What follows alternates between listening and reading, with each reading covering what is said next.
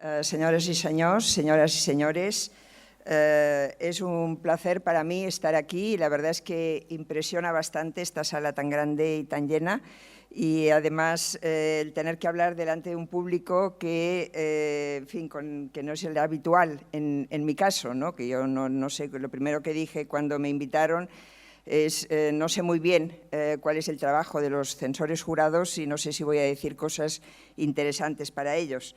En cualquier caso, agradezco la invitación, agradezco la confianza y pienso que, como ha dicho el presidente antes en la intervención, hablar de moral o de ética hoy es una necesidad porque yo diría que es una dimensión transversal de muchas situaciones y sobre todo es una dimensión que tiene que ver también con la crisis que estamos padeciendo y tiene que ver con la crisis en dos sentidos distintos.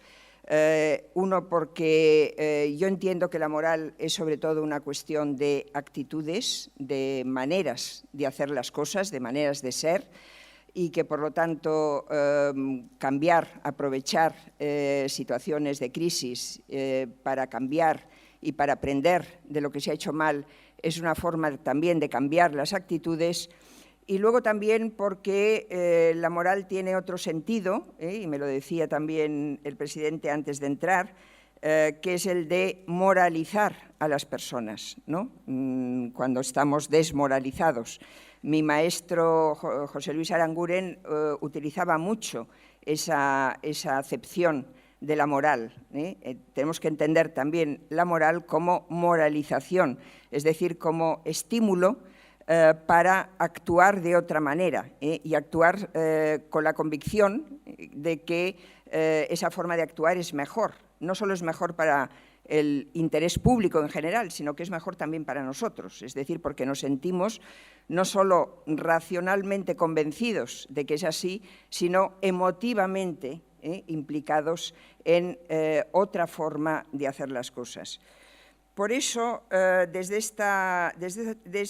este punto de vista, me pareció que era interesante hablar de un valor que es la responsabilidad, que es un valor que hay que atribuirlo a todas las profesiones, incluso a situaciones, a funciones que realizamos en la vida que no son estrictamente profesionales, pero que nos compete a todos. Y no solo es un valor que nos compete a todos, sino que yo diría que es un valor a la baja en nuestro mundo, la responsabilidad moral. ¿Por qué es un valor a la baja la responsabilidad moral, sobre todo en las democracias liberales? Y voy a insistir un poco también en este punto, porque creo que el liberalismo, que ha sido un progreso, y la democracia, que obviamente es también un progreso, nos ha llevado ha desembocado en unos factores, en unas características que son las que revierten en esa falta de responsabilidad. No creo que haya que ir a poner muchos ejemplos, ¿no? de que la responsabilidad es un valor a la baja hoy, ¿no? A mí cuando estaba preparando esto enseguida me vinieron en la cabeza pues, varias cosas. Por ejemplo, pues tenemos una serie de corrupciones en proceso de ser juzgadas que afectan a casi todas las comunidades del Estado español.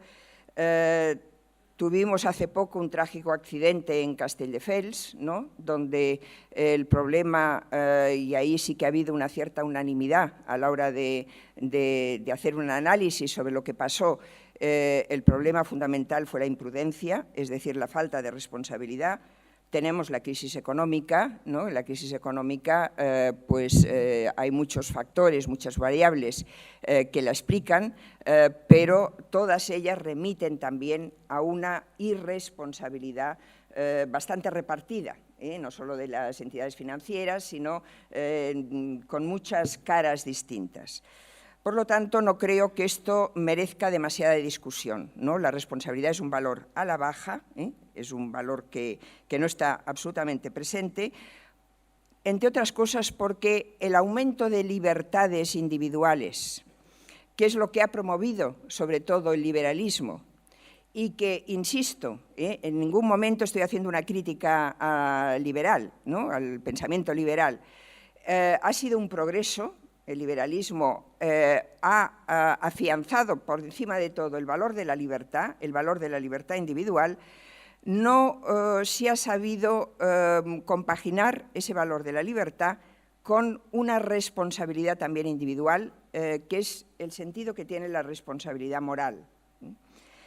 Ha habido más responsabilidad, pero menos capacidad o menos voluntad de hacerse cargo de los propios errores, de dar cuentas de lo que se hace y sobre todo de aquello que no se hace del todo bien, o incluso de las negligencias, ¿no? A veces también hay que ser responsable de las omisiones, de lo que se deja de hacer y que se podría haber hecho. La responsabilidad hoy es un concepto que yo lo he dicho muchas veces, está colonizado por el derecho. Responsabilidad jurídica sí que hay. Hay responsabilidades civiles, hay responsabilidades penales, pero ese es precisamente el defecto, esa es precisamente la falta en que no se afiance del todo la responsabilidad moral. Nadie se declara culpable de nada si no hay un juez que le declare culpable, ¿no? Esa es un poco la ecuación en la que estamos, ¿no? Por eso nos quejamos muchas veces, nadie abandona su cargo, nadie dimite, y estamos pensando en cargos políticos, por ejemplo, pero lo mismo que podemos decir de los altos cargos, lo mismo que podemos decir de los políticos, lo tendríamos que atribuir a la vida más cotidiana, a responsabilidades quizá menores, porque afectan a menos personas, pero que también ocurren en la vida cotidiana. Por lo tanto, yo creo que es un tema que nos afecta a todos. Claro que el hecho de que la responsabilidad, los individuos, no sean capaces de hacerse cargo de lo que hacen, pues obliga a tener auditorías, controles. El lema de este Congreso es un control eficaz, ¿no? Tiene que haber controladores, tendrá que haberlos siempre, pero también los controladores tienen que hacerse responsables de lo que hacen. Una de los elementos que se están poniendo de manifiesto, por ejemplo, en los casos de corrupción, es que falló todo el mundo. No solo falló el corrupto, los principales corruptos, los protagonistas de la corrupción. Fallaron todos los controles, fallaron todas las administraciones, todo el mundo hizo algo mal, ¿no? O dejó de hacer algo que debía haber hecho. Bien, entonces yo quería también conectar un poco para ver la parte positiva de todo esto, ¿no? La parte estimulante de todo esto, conectar la falta de responsabilidad con la falta de confianza, ¿no? La confianza es también un valor a la baja en nuestro mundo, se ha perdido la confianza en casi todo. Pienso yo, y es lo que voy a intentar también poner de manifiesto después, que recuperar la responsabilidad es la forma de recuperar la confianza, ¿no? Y por lo tanto, si queremos que haya entre las personas relaciones más fiduciarias, más de confianza, la única forma de conseguirlo será haciéndose más responsable cada cual de lo que hace. Pero antes de entrar en este tema de conectar la responsabilidad con la confianza, sí que querría hablar un poco, hacer un poco de diagnóstico de por qué hemos llegado a que la responsabilidad no sea un valor con el que podamos contar en nuestro mundo. Y he dicho antes, conecto esto con el hecho de que vivimos en una democracia liberal y que además es un Estado de Derecho con unos derechos sociales. Me parece que todo junto,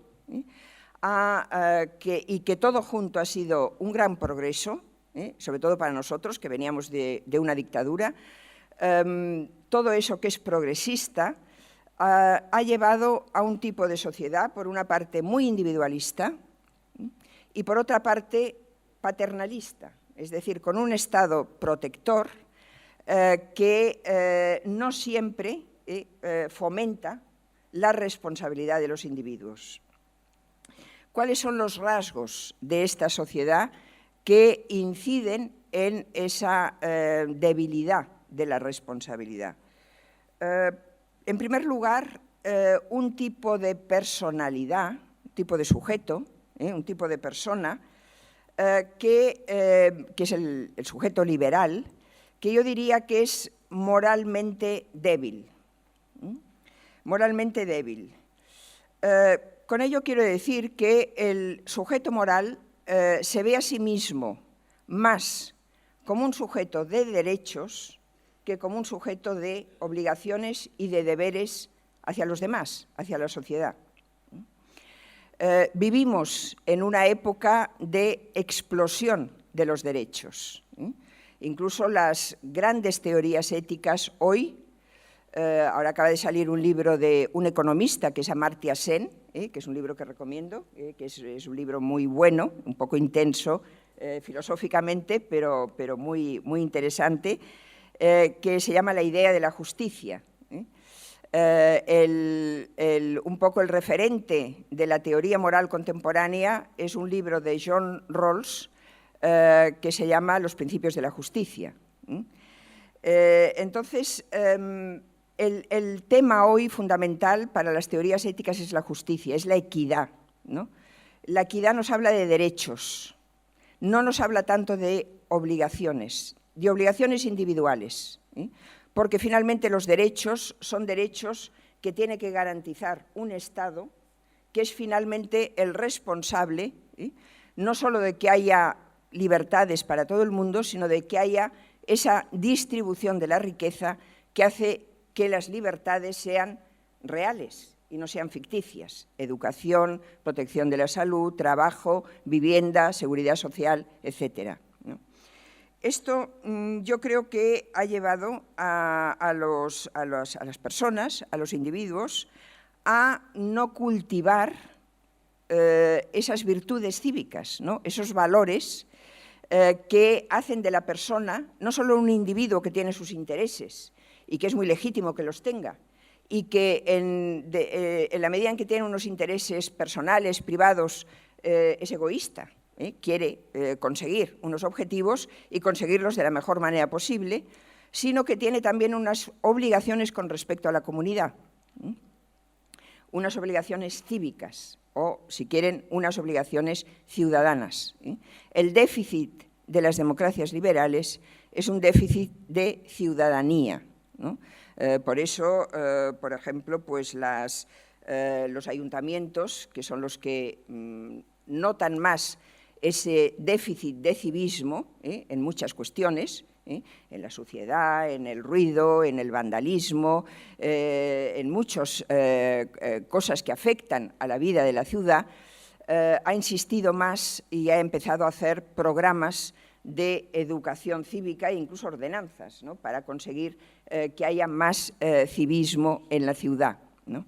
Bueno, todo eso repercute en esa falta de responsabilidad, en esa falta de responsabilidad a todos los niveles, ¿no? Porque también hay deberes profesionales. Es decir, una de las identidades más fuertes que creo que tenemos los individuos es la identidad profesional, ¿no?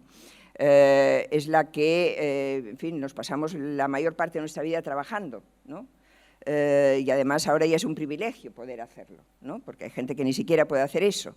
Entonces, la identidad profesional nos da unos derechos, pero también unas obligaciones, que son obligaciones profesionales, que deberían ir destinadas a conseguir la excelencia profesional, ¿no? La palabra excelencia es una palabra en ética muy antigua, porque los griegos empezaron hablando de las virtudes, ¿no?, como el núcleo de la ética. Las virtudes eran la excelencia de las cosas, ¿no? La excelencia de la persona también, ¿no? Hoy podemos hablar de una excelencia profesional, ¿no? Y es un término además bastante utilizado, ¿no? Pero la excelencia profesional no es solo una excelencia técnica, científica, no es solo un saber teórico de aquello que uno tiene que hacer, sino que es también una sabiduría práctica que incluye un perfil moral, podríamos decir, ¿no? Que incluye unas actitudes morales que son las que llevan a hacer aquello que sabemos muy bien qué es lo que hay que hacer, hacerlo mejor o peor.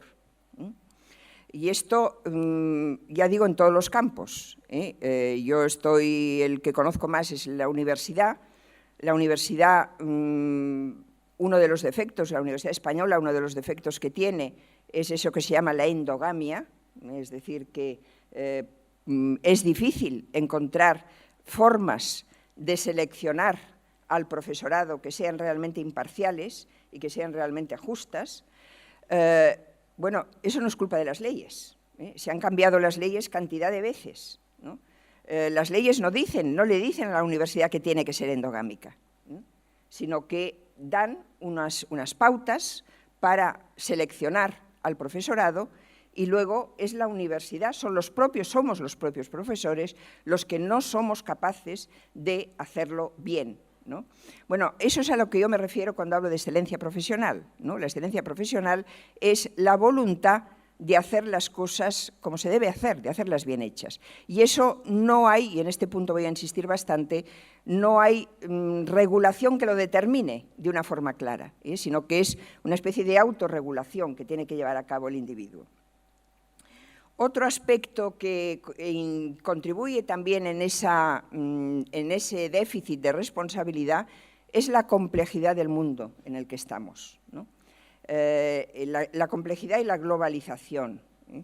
El mundo es muy complejo, esa complejidad ha dado lugar a una división del trabajo cada vez mayor, lo cual hace que pocas veces que se detecta un error, una negligencia, una falta, haya un solo culpable.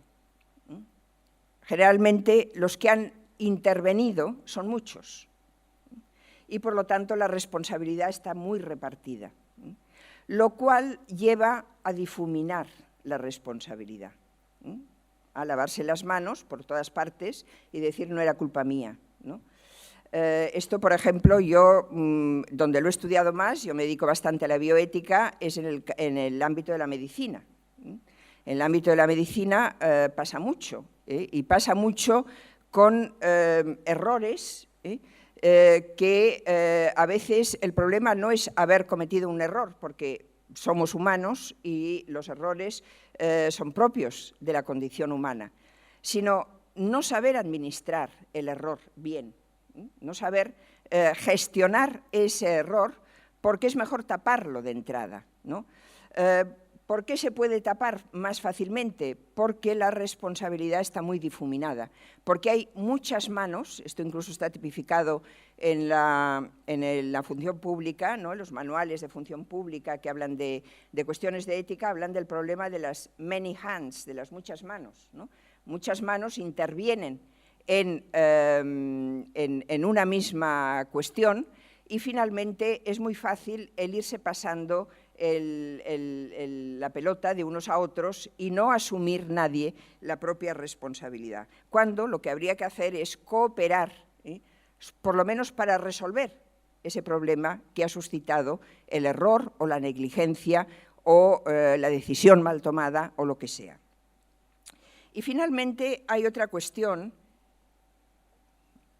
que yo creo que está relacionada con cosas que han ocurrido en nuestro mundo en las últimas décadas, pero que también tiene que ver con ese reduccionismo de la responsabilidad moral a la responsabilidad jurídica, que es el tema de la responsabilidad colectiva.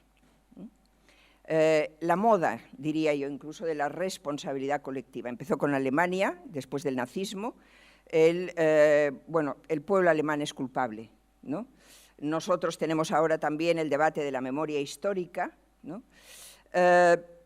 Es una forma de asumir responsabilidades, pero que no tiene nada que ver con asumir responsabilidades individuales.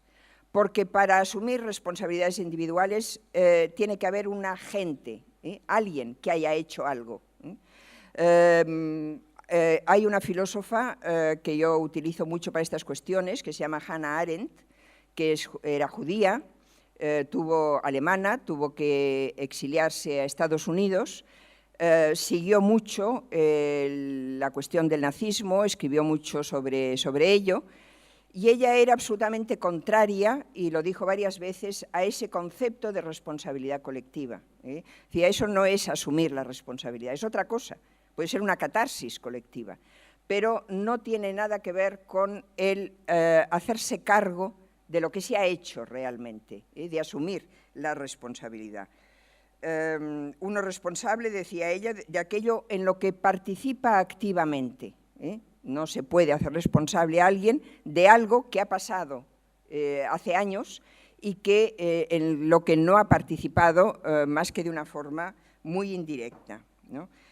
Por lo tanto, decir que todos somos responsables de las grandes desgracias, el cambio climático sería otro tema, ¿no? Una cosa es responsabilizarse con respecto al futuro, qué deberíamos hacer para que las cosas se hicieran de otra manera. Otra es hacerse responsables de algo que ha tenido tantas variables, tantos factores, que no tiene responsables claros ni precisos, por lo menos hoy. Bueno, dejo este tema, ¿no? A mí me parece que son tres elementos que ayudan a entender esa idea de que la responsabilidad no es un valor vivo hoy. Y paso a una segunda cuestión, que es ¿qué habría que hacer para fomentar más el sentido de la responsabilidad? Enseguida se nos ocurre una solución. Hay que regular más, hay que hacer más leyes, ¿no? Si no hay responsabilidad es porque las leyes están mal hechas, es porque son ambiguas, es porque se interpretan mal, es porque, bueno, yo he vivido recientemente la última ley del aborto, de la interrupción voluntaria del embarazo. La ley anterior era una ley que generaba irresponsabilidades. ¿Por qué? Porque era una ley ambigua, seguramente estaba mal hecha, ¿no? Pero se podía haber aplicado bien, si se hubiera querido. Es decir, no siempre es culpa de la legislación el que los individuos actúen mal. Nunca se habían demandado tantos códigos éticos como ahora, nunca. Los que nos dedicamos a la ética nunca habíamos tenido este trabajo, ¿no? De hacer códigos éticos. No sabemos hacerlo, para empezar, porque no, es una cosa que no tiene tradición en nuestro mundo, pero la gente viene y nos los pide, ¿no? ¿Son útiles los códigos éticos? Bueno, el otro día, en un foro donde estaba yo con Miquel Roca, él dijo que Lehman Brothers tenía la mejor memoria de responsabilidad social corporativa, impecable, lo cual para los que se dedican, como ustedes, al control y a las auditorías debe ser complicadísimo, ¿no? Es decir, es muy fácil hacer un buen código ético. Lo que no es tan fácil es asumirlo, es aceptarlo, es aplicarlo. Por lo tanto, es bueno hacer códigos, ¿no? Es bueno reflexionar sobre qué estamos haciendo mal, cómo deberíamos actuar, qué deberíamos hacer, pero es ese proceso, yo lo digo siempre, es ese proceso de reflexión el que realmente es positivo, ¿no? Luego, si el código se mete en un cajón y se guarda y todo el mundo se olvida de él, no sirve absolutamente para nada. Por otra parte, demandar más regulación, primero va contra el pensamiento liberal. Es decir, el pensamiento liberal, una de las características que ha tenido es adelgazar la regulación. No solo en materia económica, que también lo ha hecho, sino también en materia penal, por ejemplo. El Código Penal disminuye a medida que avanza el liberalismo, porque todas aquellas normativas que derivaban de convicciones ideológicas o religiosas sobre las conductas de las personas desaparecen del Código Penal cuando la sociedad es una sociedad plural, es una sociedad laica, y todos aquellos temas que son moralmente, no hay unanimidad, sobre los que no hay unanimidad moral, por ejemplo, todo lo que tiene que ver con relaciones sexuales, etcétera, desaparecen del Código Penal, ¿no? Entonces, pedir más regulación es ir contra la dinámica liberal, y además es ir contra algo que no debe ser así.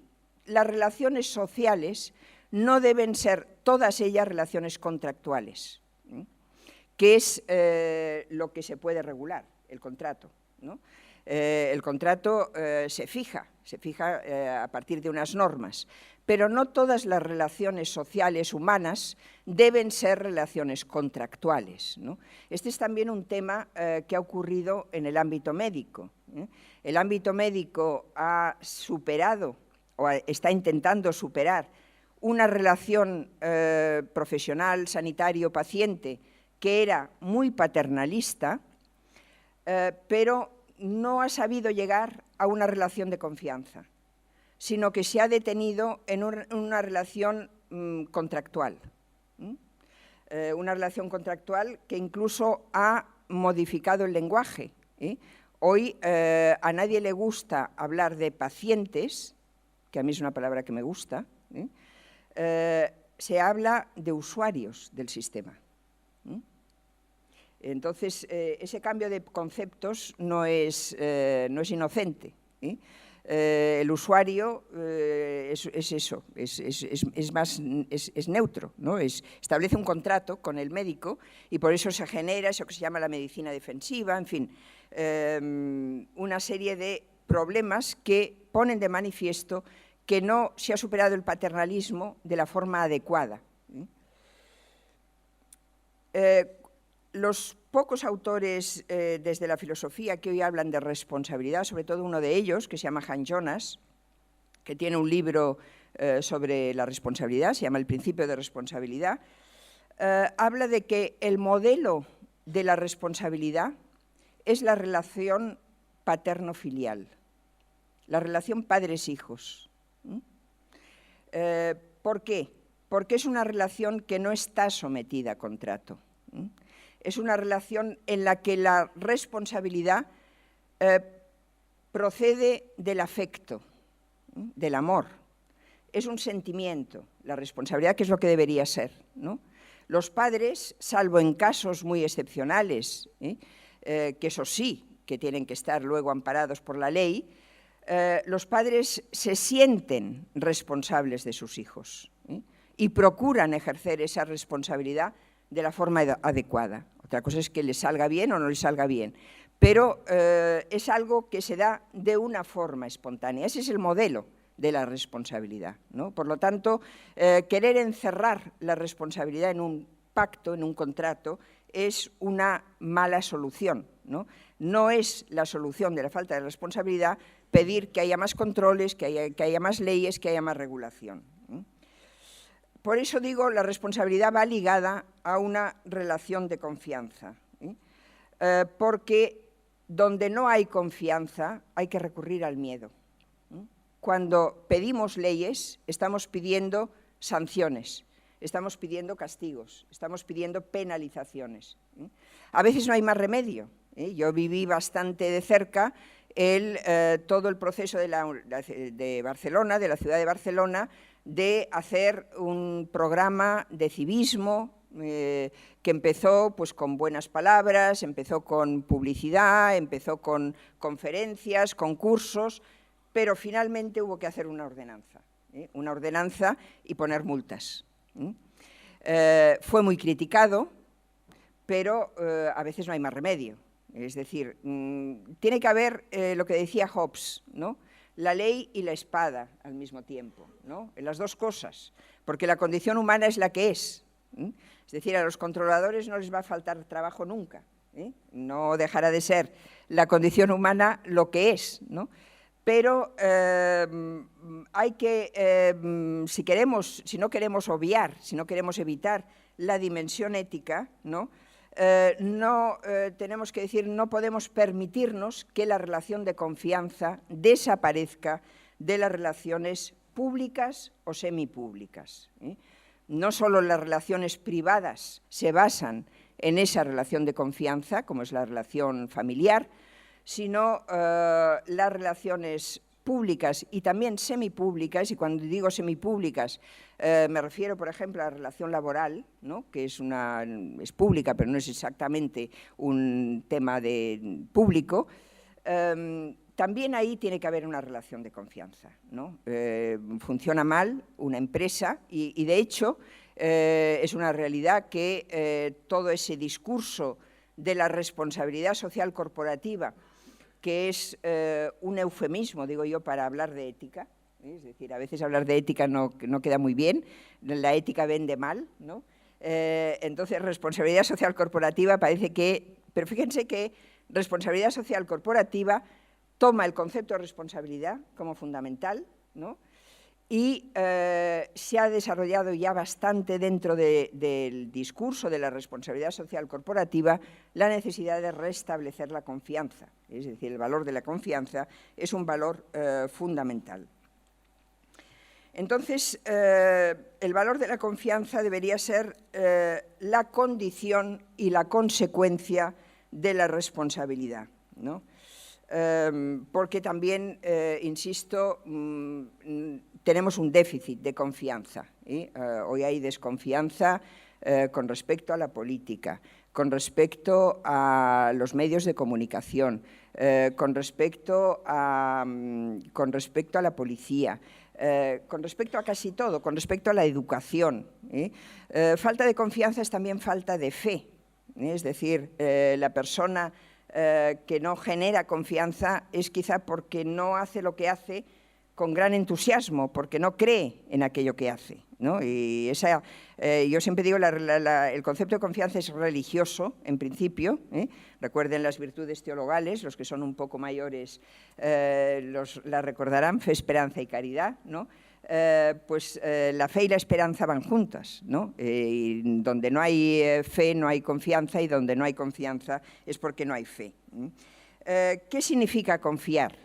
Es decir, preguntémonos, los filósofos no podemos evitar hacer preguntas. Damos pocas respuestas, pocas soluciones, porque los problemas que planteamos son demasiado complejos, pero digamos que nuestro vicio es hacer preguntas. Yo siempre me acuerdo de un graffiti que leí una vez en Perú, que decía: cuando teníamos las respuestas nos cambiaron las preguntas, ¿no? Bueno, pues eso es lo que hacemos los filósofos, ¿no? Intentar cambiar las preguntas y ver si realmente la pregunta, que no es una tarea ni sencilla ni inútil, a veces es la pregunta lo que está mal hecho, ¿no? ¿Qué significa confiar? Lo decía por eso, ¿no? ¿Qué significa confiar? Según Annette Bayer, que también es una filósofa que tiene un libro interesante sobre la confianza, ella dice que confiar es dar poderes discrecionales a aquel en quien se confía, dejar que a propósito de algo determinado alguien decida sobre el propio bienestar. Es decir, confiar es dejarle a alguien que decida por uno, porque sabe más en principio. Y se confía en ese saber más, ¿no? En esa competencia profesional que tiene, ¿no? Lo decía antes, en una democracia, que la democracia es básicamente procedimiento. La democracia no tiene contenido. El único contenido que tiene la democracia son los derechos fundamentales, que están recogidos en la Constitución. Esos son los valores fundamentales que son el contenido de la democracia. Pero la democracia es procedimiento para decidir lo que sea el interés público, ¿no? Por eso, en una democracia es importante la cooperación, es decir, que y la cooperación significa que haya confianza, es decir, que unos sabrán más de unas cosas, otros de otras.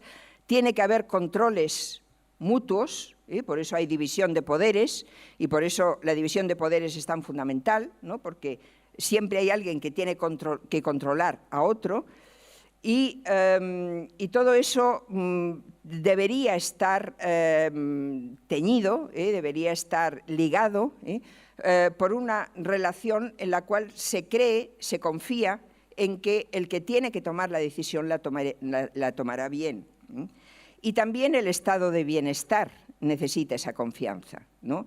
El estado de bienestar provee de unos bienes básicos y no solo los ciudadanos, digamos, confiamos en que ese estado sea equitativo, sino que para que el estado sea equitativo, los ciudadanos tenemos que hacer un uso de los bienes básicos responsable.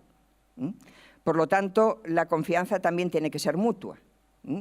Si hay en sanidad, y siento solo poner ejemplos de sanidad, ¿no? Pero es lo que más conozco, si hay en sanidad listas de espera, y las listas de espera es una fisura que tiene el estado de bienestar que no se acaba de resolver, no solo necesita una buena gestión para que las listas de espera se reduzcan, sino ciudadanos que no se salten las listas de espera y que no hagan trampas y que no busquen influencias para saltarse las listas de espera. O sea que las corrupciones siempre son de muchos, no son solo de una parte, sino que muchos contribuyen a que la cosa no acabe de funcionar, ¿no? Es fundamental, pues, que dar ese poder a los demás, a los que saben, ¿no? Para que decidan, pero eso no acaba de ocurrir. Yo había recogido aquí una frase de George Bernard Shaw, el dramaturgo, ¿no? Más conocido por el autor de Pigmalión, pero que era también un socialista convencido y que escribió ensayos sobre aspectos sociales, y tiene esta frase que dice: hoy todas las profesiones son conspiraciones contra los laicos. Quiere decir que no promueven esa esperanza, ¿no? El laico, ¿quién es? La persona que está fuera de la profesión, que no sabe y que va al profesional confiado en que hará las cosas bien. Sea ese profesional un arquitecto, un abogado, un auditor, sea un médico, lo que sea, un profesor, ¿no? Si las profesiones son conspiraciones contra los laicos, ¿no? Eso quiere decir no hay confianza, ¿no? Ahora, ¿cómo se genera confianza, ¿no? Ese es el problema. ¿Cómo se genera confianza?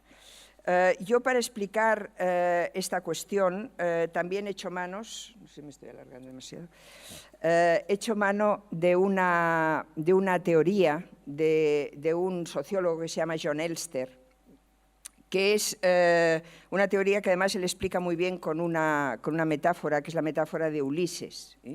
Tiene un libro que se llama Ulises y las sirenas, donde él lo que quiere explicar es que hay muchos objetivos, y dentro de los objetivos que son valores, como la confianza, ¿no? Que no se pueden perseguir por sí mismos, sino que generalmente son subproductos de otros objetivos, ¿no? Por ejemplo, si una persona que es insomne, tiene problemas de sueño, quiere dormir, no conseguirá dormir diciendo quiero dormir, me propongo dormir. Eso es una tontería, ¿no? Tendrá que tomar un somnífero. Solo el dormir es un subproducto, el objetivo es un subproducto de otra cosa, ¿no? Y él lo explica, John Elster, con la metáfora de Ulises, que además es muy buena porque se recuerda enseguida, ¿no? Ulises, cuando vuelve a Ítaca, después de la guerra de Troya, pasa por va en el barco, ¿no? Y pasa por una zona donde hay las sirenas, ¿no? Y las sirenas le tientan, ¿no? Y Ulises tiene miedo de no saber resistir la tentación de las sirenas y pide que le aten a un mástil para poder resistir, ¿no? Bueno, el mástil puede ser la ley, ¿no? puede ser la regulación o puede ser otra estrategia, ¿no?, para conseguir que no dejarse llevar por la tentación, ¿no? Bueno, yo creo que con la confianza hay que decir lo mismo, ¿no? Yo no puedo generar confianza diciendo quiero generar confianza, porque eso no tiene sentido, ¿eh? Se genera confianza trabajando como se debe, satisfaciendo las expectativas que los demás han puesto en mi trabajo, ¿eh? Por lo tanto, se genera confianza actuando con responsabilidad, ¿eh? Esa es la unión, me parece el vínculo claro, inevitable, imprescindible entre la confianza y la responsabilidad.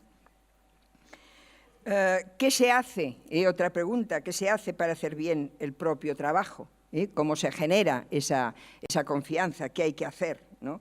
Y aquí también he hecho mano de una cosa que dice Han Jonas cuando habla de la responsabilidad, que dice, para generar confianza, es decir, para hacer bien el propio trabajo y generar confianza en los demás, en primer lugar hay que creer uno en lo que hace. Es otra vez la conexión, la confianza y la fe, ¿no? Hay que confiar en uno mismo, pensar que aquello que hace tiene sentido y puede dar unos resultados, y tiene que dar unos resultados.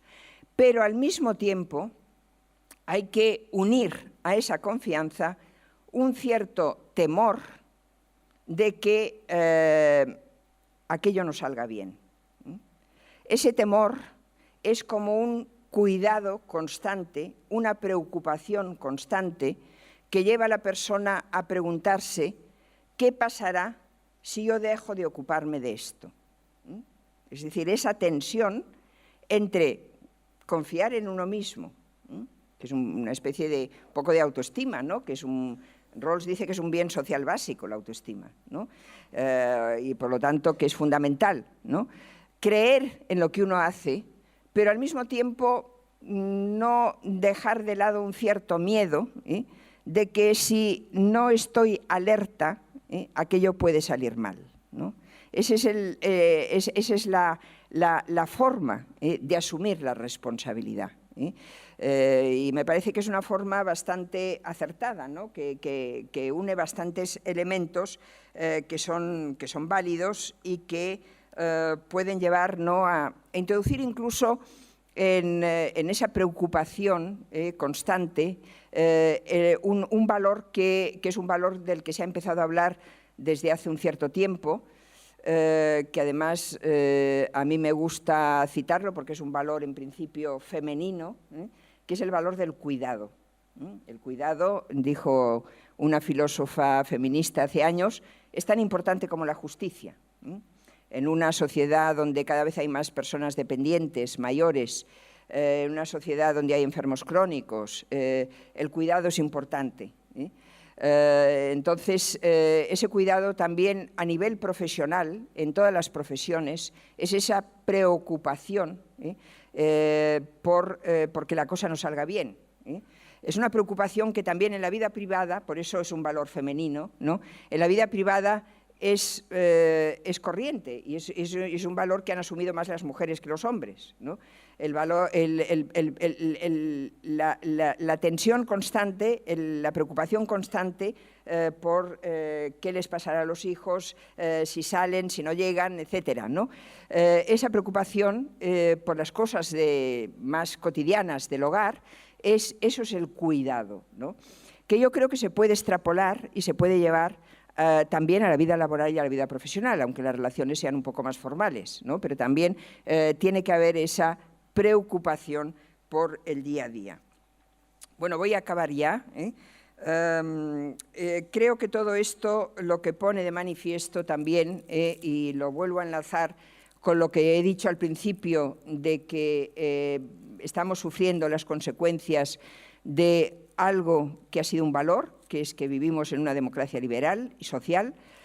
Esto yo creo que refuta, es decir, todas estas reflexiones, una teoría que es la teoría de la mano invisible, que es la bestia negra del pensamiento liberal, que es de Adam Smith, que fue uno de los padres del liberalismo, que es la teoría que dice que no hay que preocuparse por moralizar a las personas porque el egoísmo privado produce beneficios públicos, ¿no?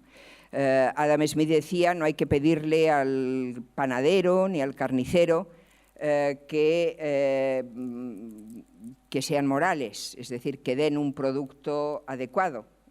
Lo harán de todas formas, porque si no lo hacen, los clientes se les van y se van a otra panadería y a otra carnicería, ¿no? Este axioma, que es el axioma de la mano invisible, hay una mano invisible que hace que las cosas vayan bien para todos, buscando cada cual su propio provecho. Eso está claro que no es así, y hoy me parece que no hace falta demostrarlo mucho. Es decir, la crisis económica es una consecuencia de haber creído en la mano invisible, entre otras cosas, ¿no? El interés de unos pocos no lleva al beneficio de muchos o de todos, ¿no?